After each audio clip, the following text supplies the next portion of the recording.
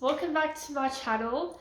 Today's video I'm quite excited about because I'm going to be answering some of your questions that you sent me. I said I was going to do a Q&A and ask for some questions, and then I picked out some of my favorite ones.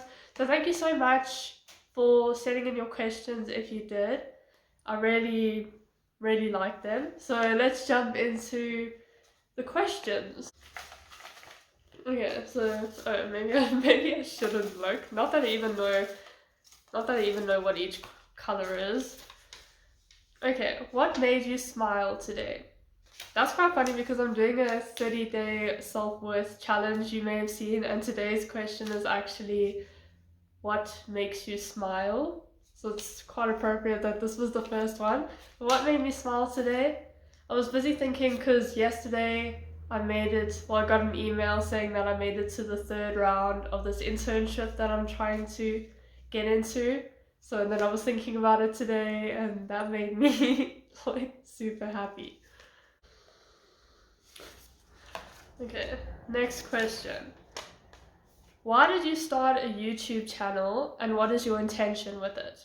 So I actually started another YouTube channel before the 44 one. It was called Jess Quest. I started that in 2016, and the reason why I started it was that I'd always just wanted to make YouTube videos, and then finally I went through this whole spiritual awakening, I guess, and then I started making videos, and there's videos on there kind of the same as 44, honestly, things like stress management, emotions.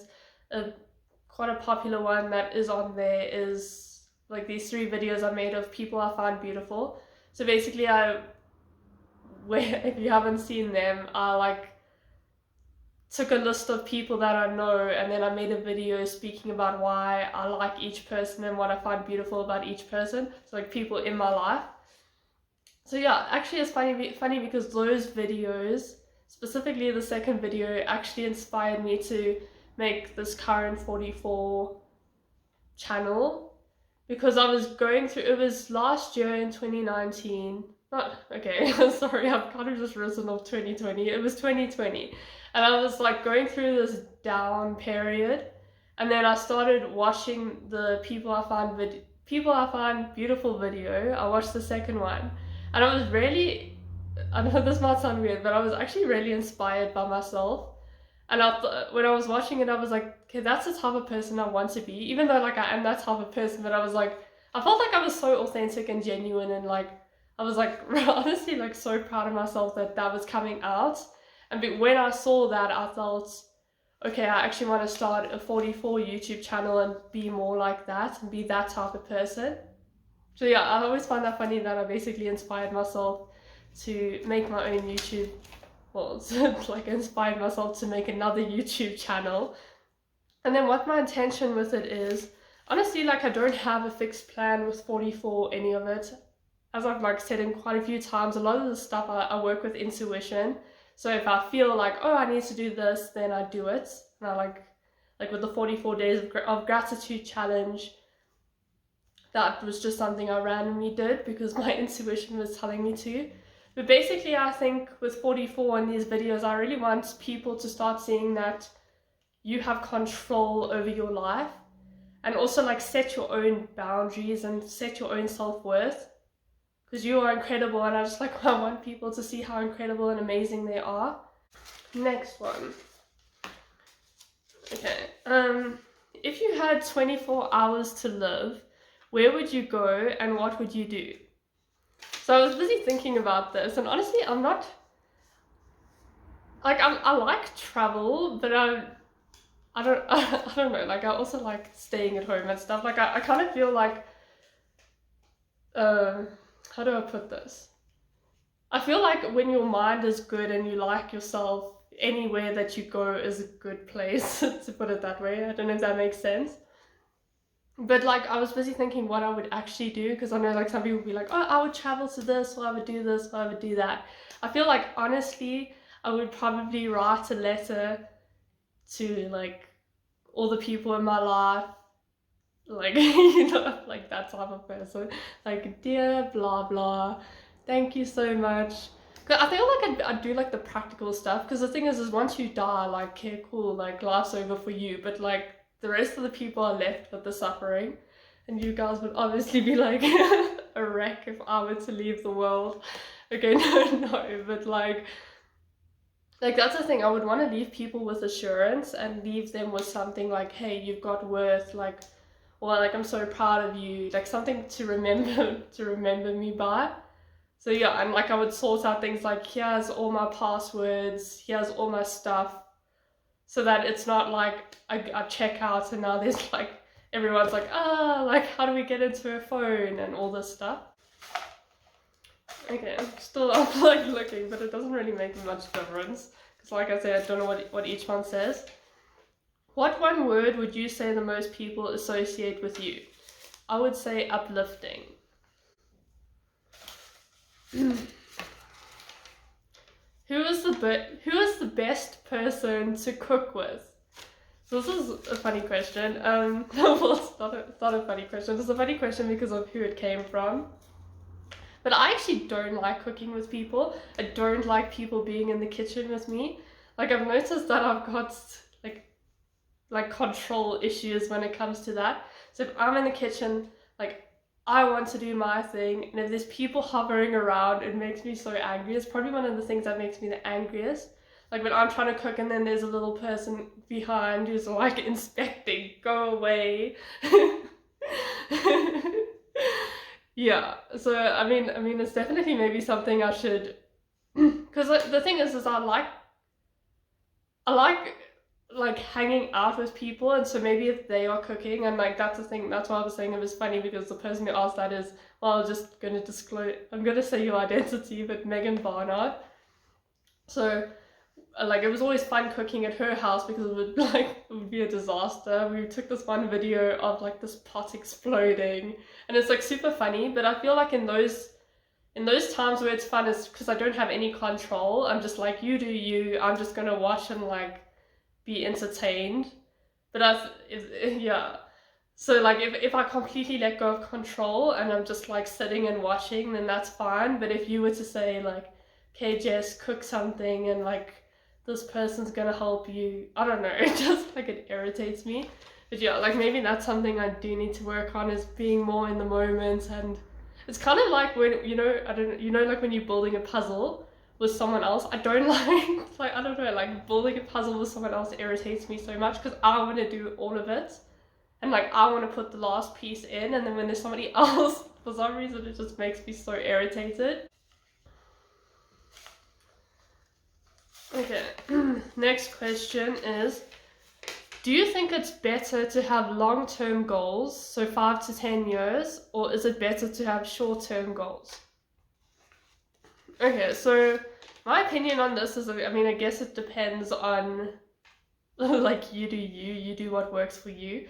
For me personally, I don't like to have, like, a set goals, like, especially long-term goals, because when you don't get it, then you're just a disappointed wreck. And it's like, if you have, okay, I want my life to turn out exactly like this, and then you don't get it, and then you're all disappointed, but in reality there's like so many other things to be grateful for. So like, cool, maybe you didn't go that way, but you went another way.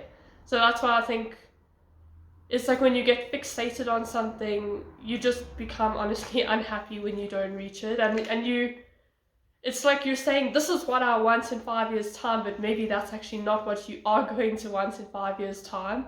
And then you're disappointed because you don't have that life, but actually maybe you don't want that life.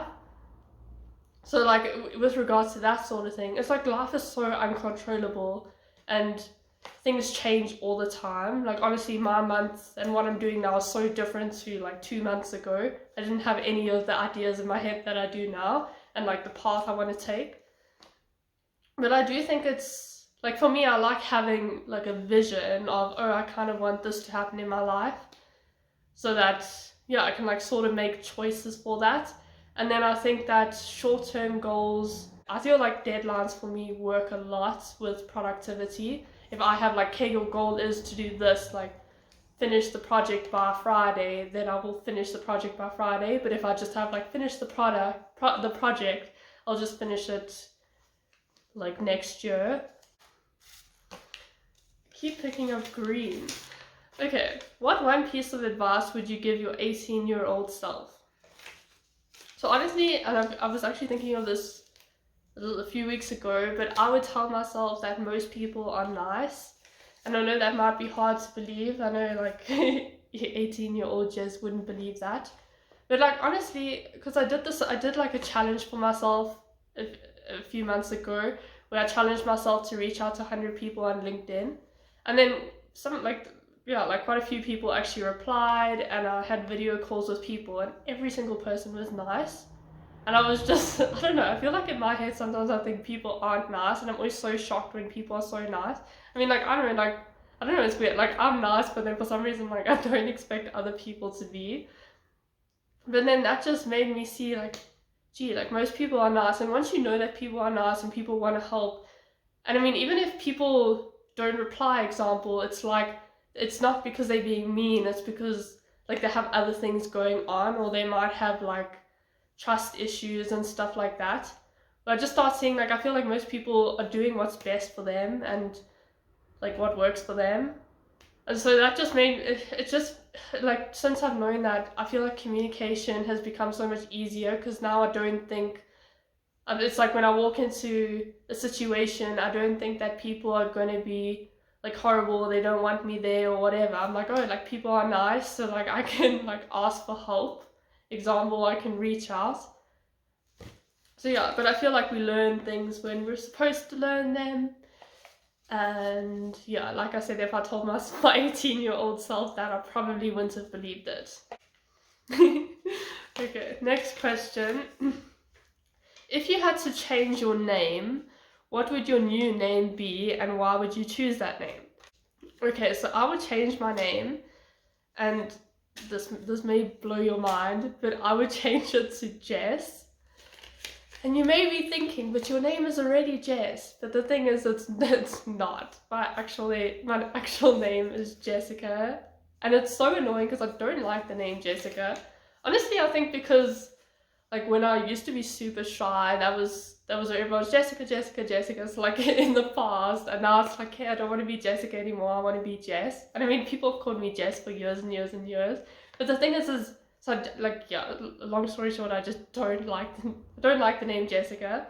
Like some people it's fine if you call me Jessica, but like other people I don't know, it like brings up this weird emotion.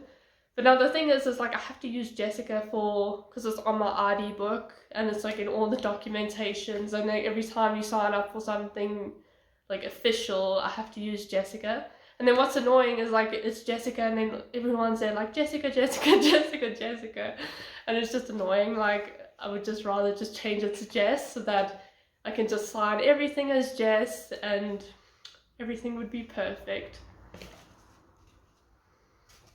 Okay, next question is, what does your daily routine look like in terms of morning pages, manifestation, practicing gratitude, meditation, working out? And what are your tips on how to fit this into a daily routine on top of work and social life? So I'll start with like the second thing, is that I think it's definitely important to realize that like routines don't have to stay there forever. And like that's something that I've also been working on, is like just because you have a routine now doesn't mean you have to keep that forever. Because like you've said, sometimes things pop up, and now like when you started your routine, your workload wasn't that crazy, and now suddenly like you do have more things and different priorities, and now it just becomes, it's almost like your daily routine is now becoming a crutch. So I think, yeah, so like I think it's just important always to evaluate, like, is your daily routine actually serving you? Is this what you would like to do at the moment? But I do think routines are super good, because I think it's like the small steps which are important, and especially with regards to like the stuff that you've said is very linked to intuition, and like building your intuition and improving your relationship with yourself. So as a like with regards to how my routine is at the moment, so like wake up and then like I exercise. So like with exercise I do 30 minutes and then I split it up between running and walking, and then that has changed because in the beginning I only used to do like 3 minutes of running and then 27 minutes of walking, and then each week I would add another minute. So now I'm doing 20 minutes of running and 10 minutes of walking. Yay, see, that's a good thing. Start small and then slowly build up.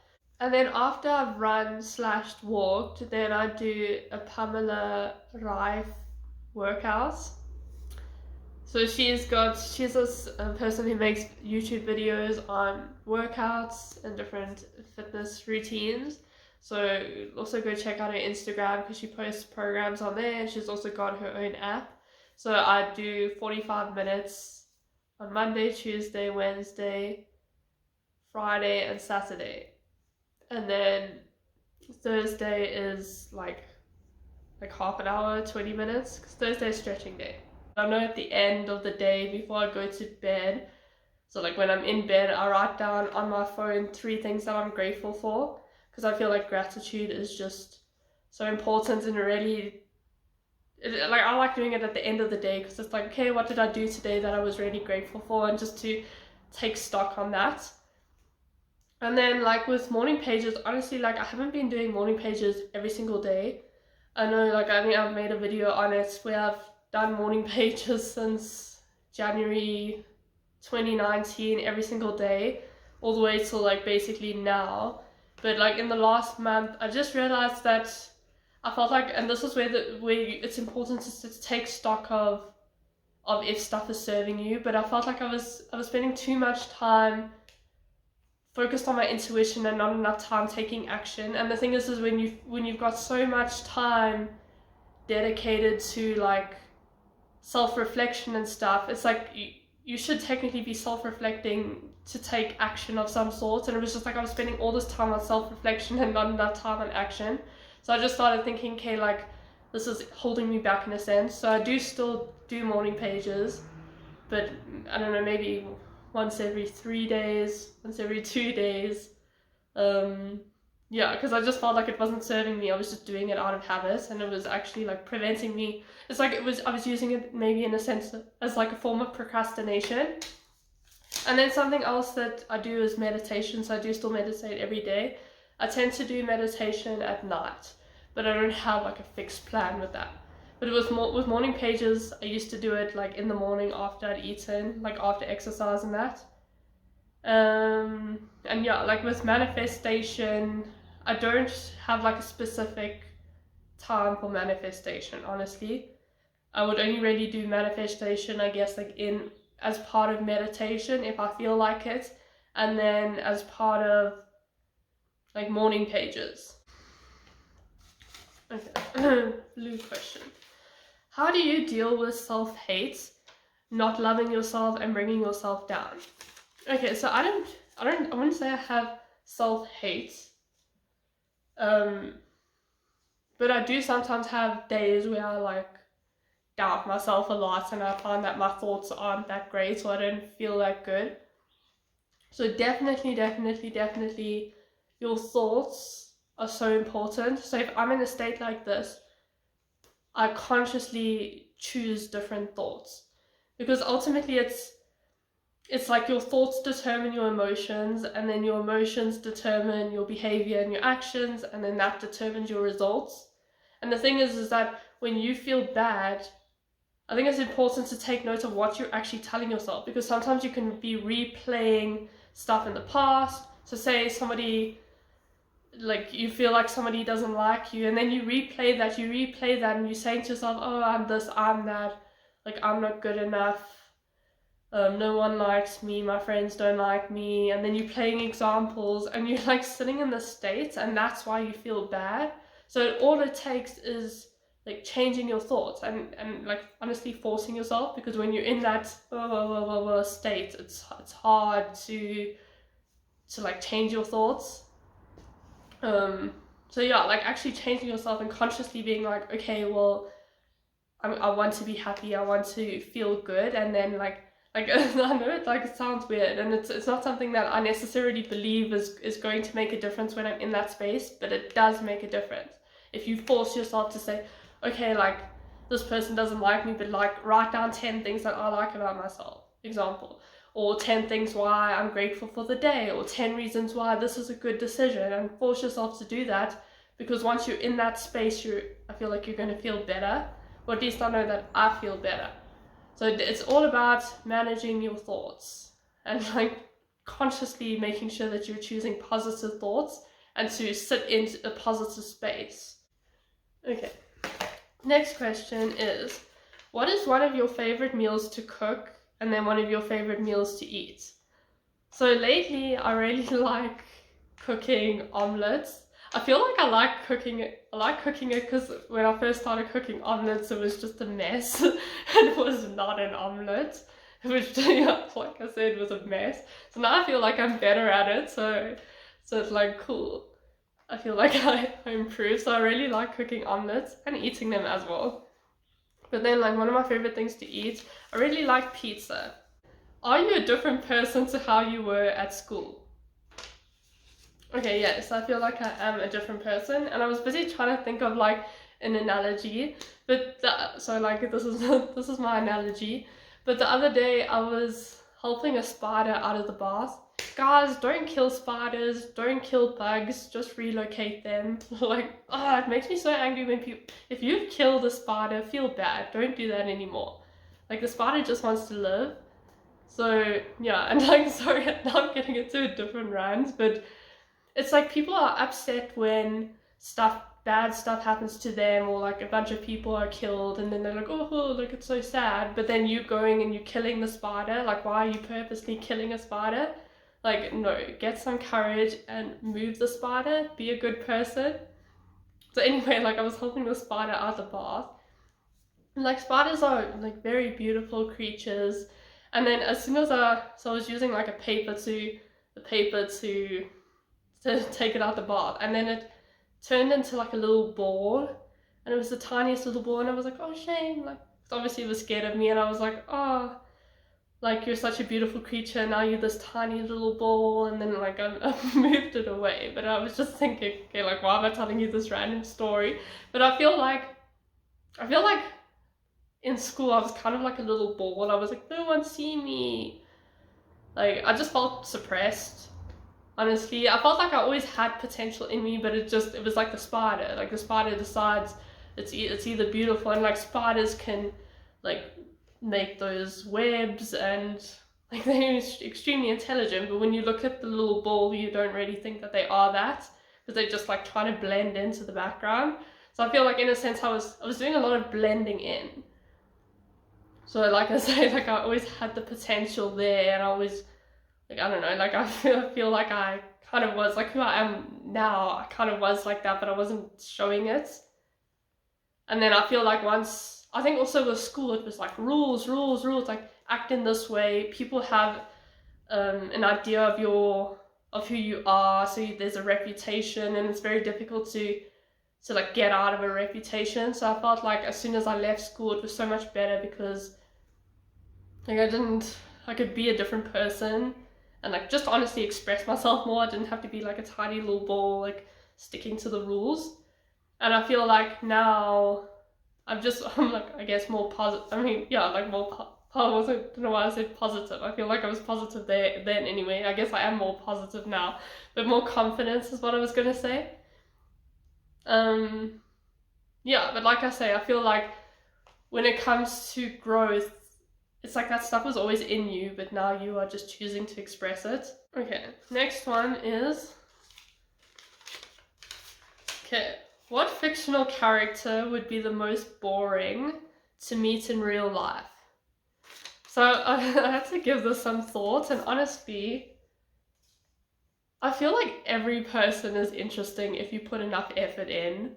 Like, I know this is like a cliche, like not even a cliche thing, but it's like, just give us a fictional character. But like, honestly, I feel like every single person is interesting if you actually took some effort and found out something that they're interested in. Because I mean, like, from the outside, maybe someone looks boring, but if you were to speak to them about something that they enjoyed, then suddenly they wouldn't be boring. Or if you found something that you both found interesting, then suddenly they would be interesting. So no, I can't really answer that. Okay, I guess like if I have to answer it, like you guys are like, you girls are probably like, yeah, just give us an answer. But like, I find action movies quite boring. So maybe some like superhero or something I'd probably find quite boring to meet if they were talking about superhero stuff or like car chases and stuff. I just find that so boring. Okay, there are 5 questions left. The last yellow one. What is your opinion on waiting for people relationship-wise? So with this question, I feel like it depends. There's not just one answer that I can give that it's gonna fit every single person, or even like in my situation, I mean, it would depend on who it is and like what's happening. But like to me, I think what's important is to see what, because like how I see like relationships, and this is like romantic, friend wise, whatever, is like there has to be something that you're getting out of it. So like people are, to me, like people are in your life for a reason, and like hopefully they are adding to your life and like helping you grow in a sense, or like fulfilling you. And I feel like it's important to see what is it that you need in order to be fulfilled. Like what are your needs, and then try and assess, is this what I'm getting out of this person? Even if they aren't making it official. So I feel like just like that's important. Like don't sit in a space where you just like aren't getting what you want. But then I also think it's important to bear in mind that things like patience are important. Like not everyone can just like commit immediately, you know, like maybe you do need some, like maybe they really are trying, and like you just need to give them some time, which I feel like that's where, but then like maybe like I'm not saying you have to do this. It's like maybe you need to learn patience, you need to work that out in your own life. But like I don't know, like I'm kind of someone who's like I don't really believe in like sacrificing your identity for somebody else, or like completely changing yourself and your needs for somebody else. I feel like it's important to assess beforehand, like who are you, what do you actually want, and then see, okay, like maybe you're clinging to something that just isn't for you. Like maybe there's actually something better out there and you're not seeing the other stuff because you're clinging to this person.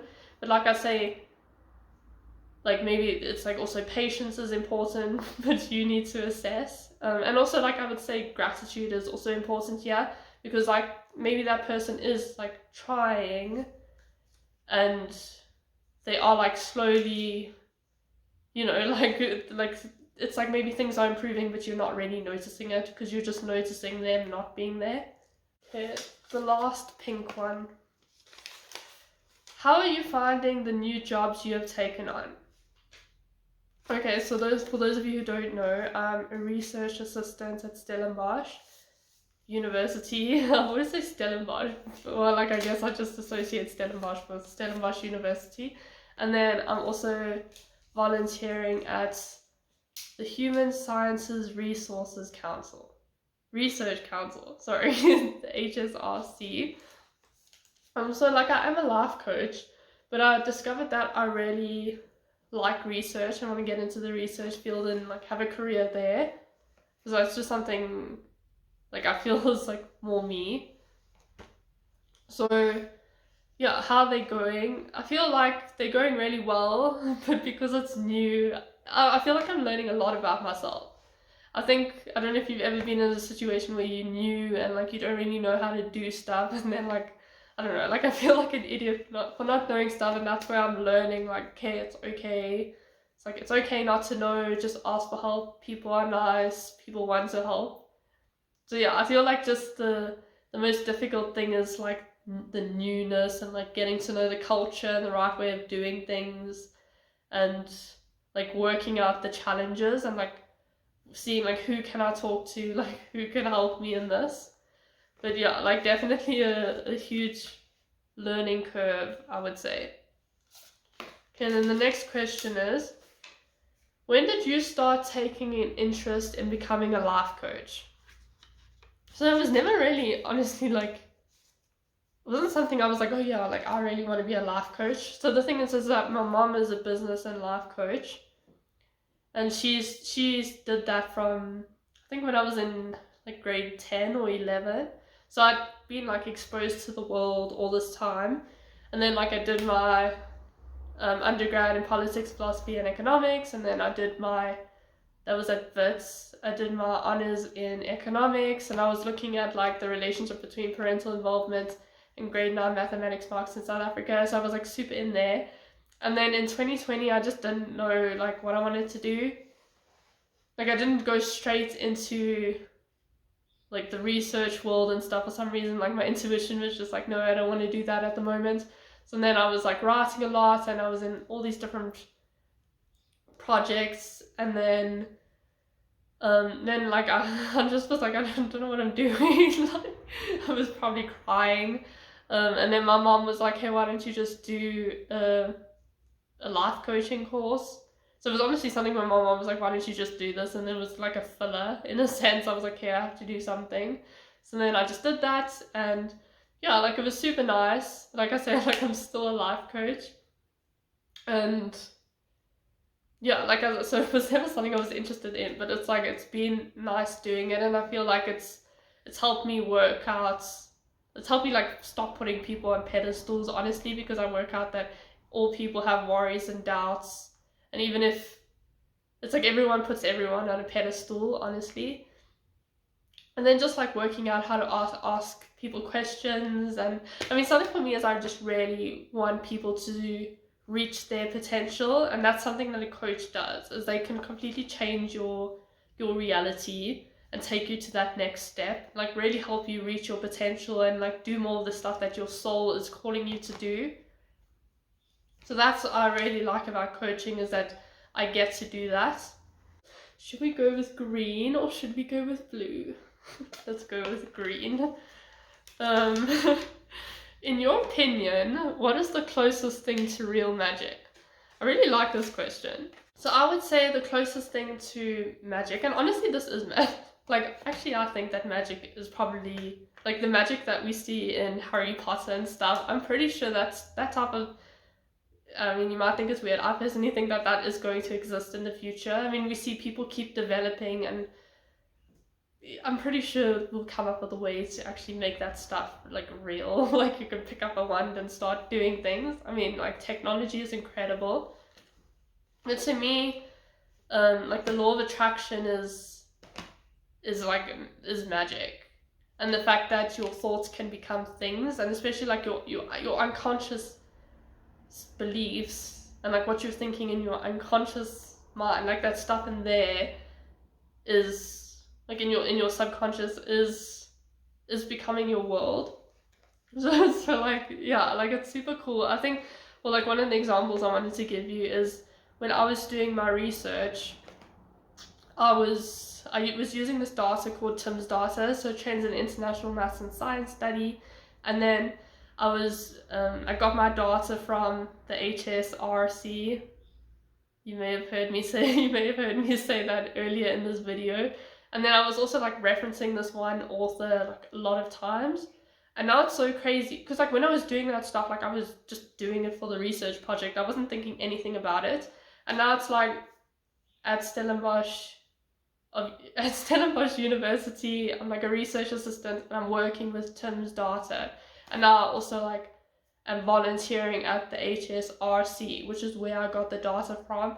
And I was also communicating over email to like one of the ladies there who I had been referencing a lot in my research. But when I was speaking to her, like I honestly didn't know that, I didn't put two and two together, like, when I did, I was like, oh no, like this is the person I've been referencing all these times. I've been like referencing her, and like she's quite a big deal in my research and that, and like I didn't even know that was her, and I was just speaking so casually, and then I was like, oh, maybe I didn't like have a good impression.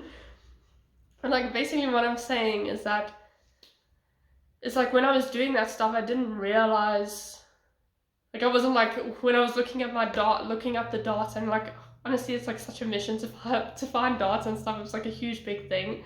And then when I was like looking for the data and I found it at this HSRC, like ultimately I was looking at that page a lot, and I was just doing it for the research, like HSRC. And then it's so cool because like I never for 1 second thought that I would actually like be volunteering there. And that's why I think it's like that stuff goes into your unconscious, and now next second like you're working with a person you've been referencing a lot. which is just so, I don't know, I find that so crazy. But I mean, that sort of thing happens all the time. Everything that's in your life is because of your subconscious and like your underlying things. And like that's what the law of attraction, what I've noticed is that I feel like things appear in your life when you forget that you want them. Like, I mean, like if you want to learn more about this, go look at my playlist on the 12 laws of the universe. For example, when I went to university in the beginning, I like wasn't making friends, and in the beginning I was like, I really want to make friends, like I really want to make friends, and like there was just no one. I was not connecting with anyone. And then I was like, okay, I want to connect with someone, I want to connect with someone, and then I just forgot about it, like completely forgot about it. And then the next year, like I was like, okay, there's this girl in my class, and like I have this urge to like just speak to her, like I need to speak to her. And then finally I spoke to her, and then like now she's my best friend. Shout out to Carly, woohoo! But I'm just like, it was. What's interesting is that the first time I spoke to her, I had no like, I was just like, I didn't know that she'd be like my friend. I was just like, okay, I just need to speak to her. Like for some reason, I don't know. There was no like expectations, and then it's like, whoa. Like I've noticed when you let go of expectations, that's when you actually start getting the stuff that you want. And the last question, la, la, la, la, la. Your favorite school memory? Huh. Okay, so I mean, there's probably like tons of them, but the one that I want to share with you was that, so I don't know what grade it was. I guess like between, it was when we still did PE, so like the physical education thing. Maybe it was grade 9, so let's just say grade 9. So I used to do this thing called art enrichment, and I did it with Megan, Kira, I don't know if I did it with Heather. Heather, were you part of art enrichment? Yeah, and so basically so I wasn't like a big arty person, I just did it for the social element, like I do most things for the social element. But like Megan and Kira, like, were like super into their painting and whatever, but like as part of art enrichment, we had to paint like whatever we wanted to paint, except it was like, you got kind of a canvas for the whole like term, and then you painted it, and then like each week you would go back and paint it. So like for me, I was taking forever on this painting. I was painting this turtle, and I'd been busy with it for about like over a year. Like we'd started the new year, and like everyone else had started their new painting, and there I was still painting this turtle. And then it was funny because so like the one day after the school, we all like got on with it, like got our paint and everything, and then I needed blue paint. And then I picked up this one paint and then took it to the table, and when I opened it, I saw that it was like this disgusting lumpy paint. So it was like, it looked like it had been expired or something. So then I just like put it back. Like I kept it on the table, but I was like, okay, not gonna use you anymore. And then I got another blue thing, and then whatever. And then like when it came down to us all packing up, I went to the sink to wash my brushes, and then suddenly behind me I just heard this like this squeal, like ee! And then I like what had happened was that Kira, and I'm gonna use your name, but Kira was cleaning up the paint and whatever, and she picked up the lumpy paint, but I hadn't closed it properly, and it dropped all over my painting. So like this turtle that I've been busy with for a year now, she's just dropped this lumpy paint all over it. It was so funny. I mean, obviously at the time it's like, oh, that's annoying, but like we all like ran to take it off. I don't know who it was, but like someone was like scrubbing this paint off, trying to get it off before it dried.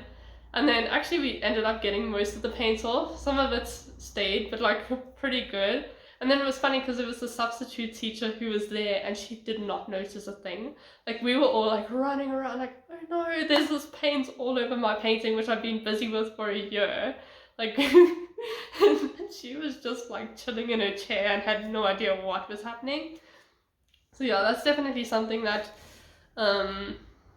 like a memory that I like. And it's like I've noticed that the times where things go completely wrong and things aren't perfect make the best memories.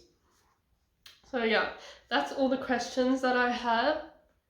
thank you very much for again asking me those questions. I really enjoyed it. I hope you enjoyed this. Please leave a like if you did, subscribe down below, and I'll see you next weekend with a new video. Bye guys!